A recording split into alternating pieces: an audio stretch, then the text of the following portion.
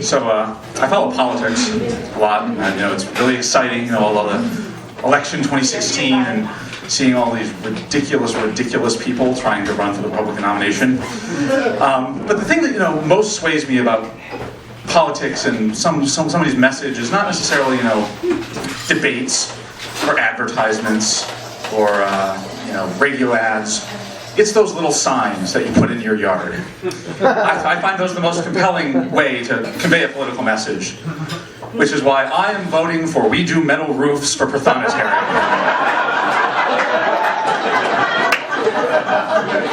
I also think that guy who offers for $15 an hour summer work, I think that's a sound economic policy, and I get behind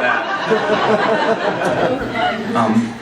They say that the eyes are the window to the soul, which explains why birds have always been flying into my face. You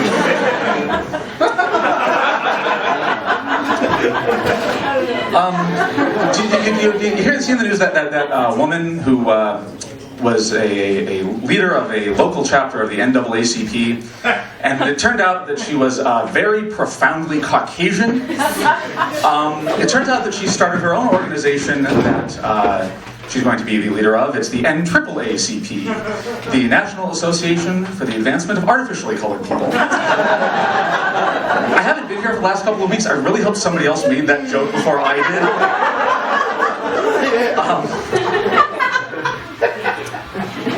So I'm not Amish.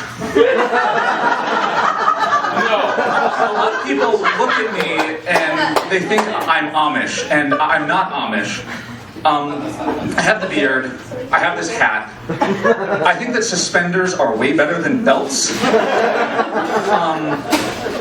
I enjoy woodworking.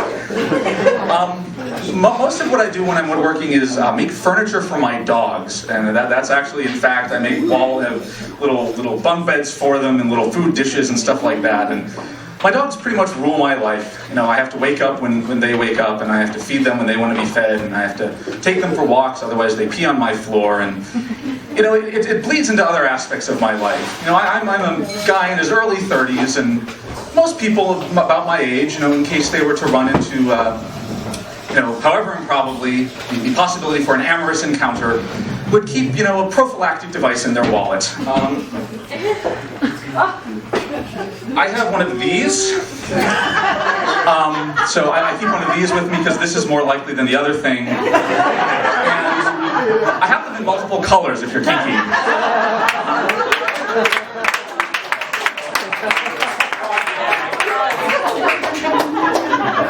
So I'm not Amish. I still have a flip phone, which doesn't help. That doesn't do a lot to convince people.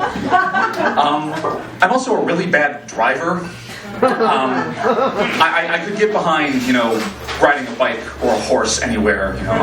I just saved a bunch of money on my car insurance by switching to a buggy. So yeah, that's my. I'm not Amish. The key that most people should focus in on is the fact that I am a professional computer programmer.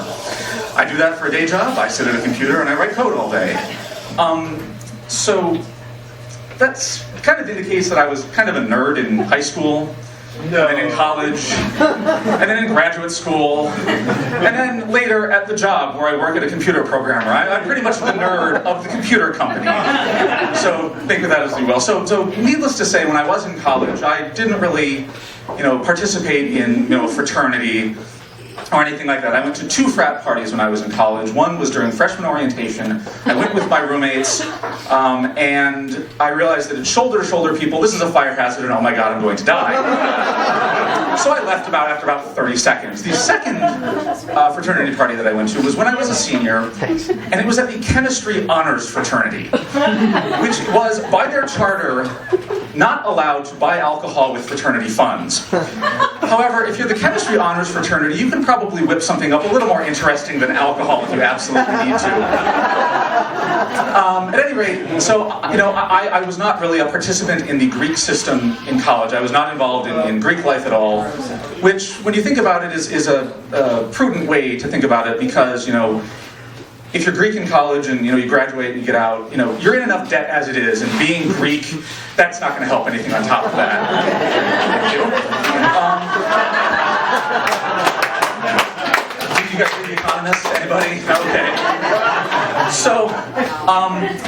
I am colorblind, or strictly speaking, I am red-green color deficient, and it's, that's the technically correct term, and being technically correct is the best kind of correct, so say Dr. Farnsworth. And people ask me when I say, oh, you're colorblind, what color is this? What color is this? Can you tell this from that? Can you tell this from that? And I tell them, well, I only have really a problem telling, say, red apart from green when they're really, really similar. And then it strikes them for a second that, well, they're never really, really similar. That's why one is red and the other is green. And so, another fact is that Ben, your bartender, he is anosmic. He has no sense of smell. So, you put he and I together, and we are like 2/5 of some sensorily inconvenienced Voltron. I'm glad you guys know who Voltron is. I'd have to switch to Mighty Morphin Power Rangers for those of you who are in here on a fake ID. So that's, of course, another job that I can't do is, my Voltron pilot, because I won't be able to tell the red Voltron from the green Voltron.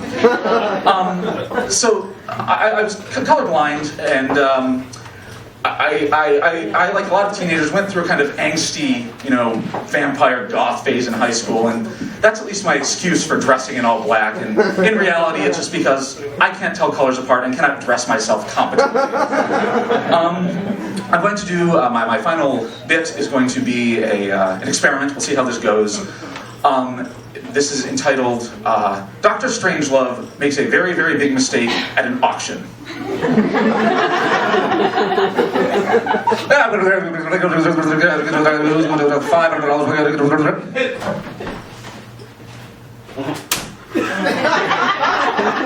Alright, sold to the man in the wheelchair. You have just bought a copy of Art Garfunkel's Greatest Hits. Scheiße! I'm Andrew, thank you. And I'm Andrew Shaffer, thank you for tolerating.